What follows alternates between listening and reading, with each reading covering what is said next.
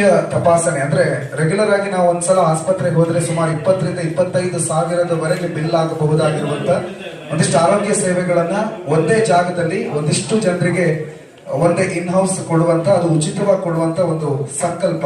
ನಮ್ಮ ಹೆಸರೇ ಹೇಳೋ ಹಾಗೆ ಸೇವಾ ಸಂಕಲ್ಪ. ಮುಂದಿನ 1 ವರ್ಷದ ಸೇವೆಗಳ ಸಂಕಲ್ಪ ಈ ಕಾರ್ಯಕ್ರಮದಲ್ಲಿ ನಡೆಯುತ್ತೆ. ಅದಲ್ಲದೆ ಸಾಂಸ್ಕೃತಿಕ, ಧಾರ್ಮಿಕ ಮತ್ತು ಸಾಮಾಜಿಕ ಕೆಲಸ ಕಾರ್ಯಗಳನ್ನ ನಮ್ಮ ಈ ಫೌಂಡೇಶನ್ ಮಾಡ್ಕೊಂಡು ಬಂದಿದೆ. 19ನೇ ತಾರೀಕು, 20ನೇ ತಾರೀಕು, 21ನೇ ತಾರೀಕು 3 ದಿನಗಳ ಕಾಲ ನಡೆಯುವಂತ ಕಾರ್ಯಕ್ರಮದ ಸಂಪೂರ್ಣ ವಿವರವನ್ನ ನಿಮಗೆ ಕೊಟ್ಟು ಅದರ ಮುಖಾಂತರ ಅದನ್ನ ಕರ್ನಾಟಕಕ್ಕೆ ತಲುಪಿಸುವಂತೆ. ನಾಳೆಗೆ ಯಾರು ಜೀವನದಲ್ಲಿ ಭರವಸೆನ ಕಳ್ಕೊಂತಾರೆ, ಇವತ್ತಿನ ದಿನ ನಾವು ಕಳ್ಕೊಂಡಿದ್ವಿ, ನಾಳೆ ದಿನ ನಮಗೋಸ್ಕರ ಕಾಯ್ತಾ ಇದೆ. ಭರವಸೆ ಇಟ್ಕೊಳ್ಳಿ, ಬನ್ನಿ ಭರವಸೆ ನಾಳೆಗೆ. ಹಾಗೆ ಅಭಯ ಅನ್ನುವ ಹೆಸರನ್ನೇ ಗೊತ್ತಿದೆ. ನಾವು ನಿಮ್ಮಗಳಿಗೆ ಅಭಯವನ್ನ ಕೊಡ್ತಾ ಇದ್ದೀವಿ, ಧೈರ್ಯವನ್ನ ತುಂಬುತ್ತಾ ಇದ್ದೀವಿ. ನಮ್ಮ ತಂಡ ನಿಮ್ಮ ಜೊತೆಲಿದೆ. ಯಾರು ಭರವಸೆಯನ್ನ ಕಳ್ಕೋಬೇಡಿ. ಈ ಸಮಾಜಕ್ಕೆ ನಿಮ್ಮ ಸೇವೆ ಅತ್ಯಮೂಲ್ಯ, ಈ ದೇಶಕ್ಕೆ ನಿಮ್ಮ ಸೇವೆ ಅತ್ಯಮೂಲ್ಯ. ನಾಳೆ ನಿಮಗೋಸ್ಕರ ಕಾಯ್ತಾ ಇದೆ, ಒಳ್ಳೆ ದಿನಗಳು ಬರ್ತದೆ. ಹಾಗೇನೆ ಸೇವೆಗಿಲ್ಲಿ 100 ಕರಗಳು, ನಮ್ಮ ಸ್ಲೋಗನ್ ಹೇಳ್ತದೆ, ಸೇವೆಗಿಲ್ಲಿ 100 ಕರಗಳು.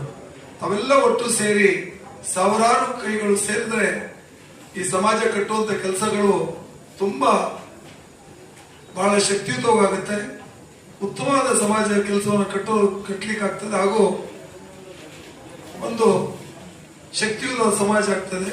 ಇವತ್ತು ಬಂಧುಗಳೇ, ನಮ್ಮ ದೇಶ ಒಂದು ಬಹಳ ಮುಂದುವರಿತಿರುವಂತ, ಒಂದು ಪ್ರಬಲವಾಗಿ ಬೆಳೀತಿರುವಂತ ಭಾರತ ದೇಶ.